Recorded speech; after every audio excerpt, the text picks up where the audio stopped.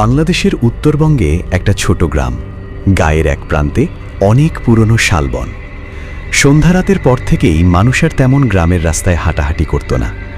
রাত 10টা বেজে গেলেই গ্রামের রাস্তাগুলো একদম ফাঁকা শুনশান হয়ে যেত। গ্রামবাসীরা যে যার নিজেদের ঘরেই থাকত। অতিরিক্ত প্রয়োজন ছাড়া কেউই বাসার বাইরে বের হতো না।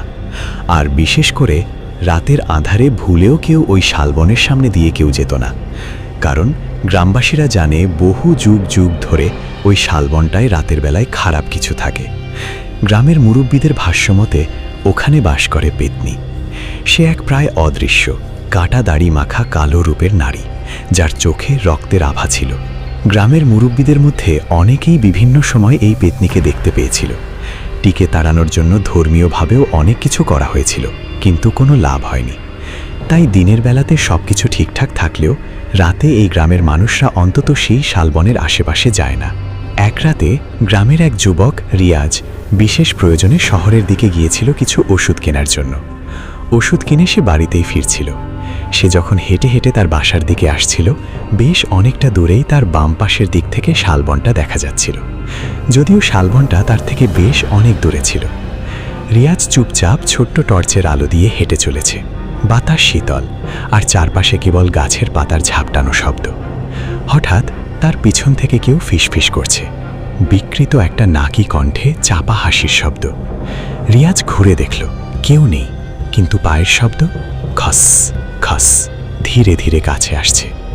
সে দৌড়াতে চাইল, কিন্তু তার পায়ের যেন কোনো শক্তি সে পাচ্ছে না। হঠাৎ তার চোখ পড়ল তার সামনাসামনি 8 থেকে 10 হাত দূরের একটা গাছে। গাছের একটা ডালে কি যেন একটা বসে আছে। তার চুল ঘন এবং চোখ লাল রঙে জ্বলে উঠছিল, আর সেটা বিকৃতভাবে খিলখিলিয়ে হাসছে। খুব অদ্ভুত আর বাজে শোনাচ্ছে সেই হাসির আওয়াজটা। রিয়াজ চিৎকার করতে চাইল, কিন্তু শব্দ বের হলো না। সে কেবল লক্ষ্য করল পেতনির হাত ও পা ক্রমশ লম্বা হতে হতে গাছের ডাল দিয়ে নিচের দিকে নামছে। এভাবে প্রায় অনেক সময় কেটে গেল। রিয়াজের পরিবারের লোকজন খুব দুশ্চিন্তায় পড়ে গেল যে ওষুধ আনতে গিয়ে তার এতটা তো দেরি হবার কথা না।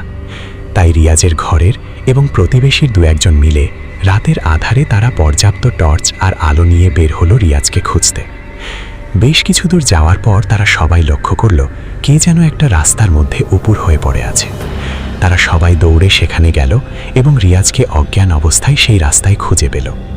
তারা সবাই দেখে বেশ ভয় পেল, কারণ রিয়াজের শরীরে অনেক বড় বড় নখের আঁচড়ের দাগ তারা দেখতে পেল। সবাই তাকে ধরাধরি করে বাসায় নিয়ে আসলো। রিয়াজ অজ্ঞান, কিন্তু তার শরীরটা তখন অনেকটাই ফ্যাকাশে দেখাচ্ছে, যেমনটা শরীরে রক্তশূন্যতা হলে হয়। আর তারা খেয়াল করল আঁচড়ের জায়গাগুলো থেকে কোনো রক্ত বের হচ্ছে না, কিন্তু ক্ষতগুলো বেশ গভীর।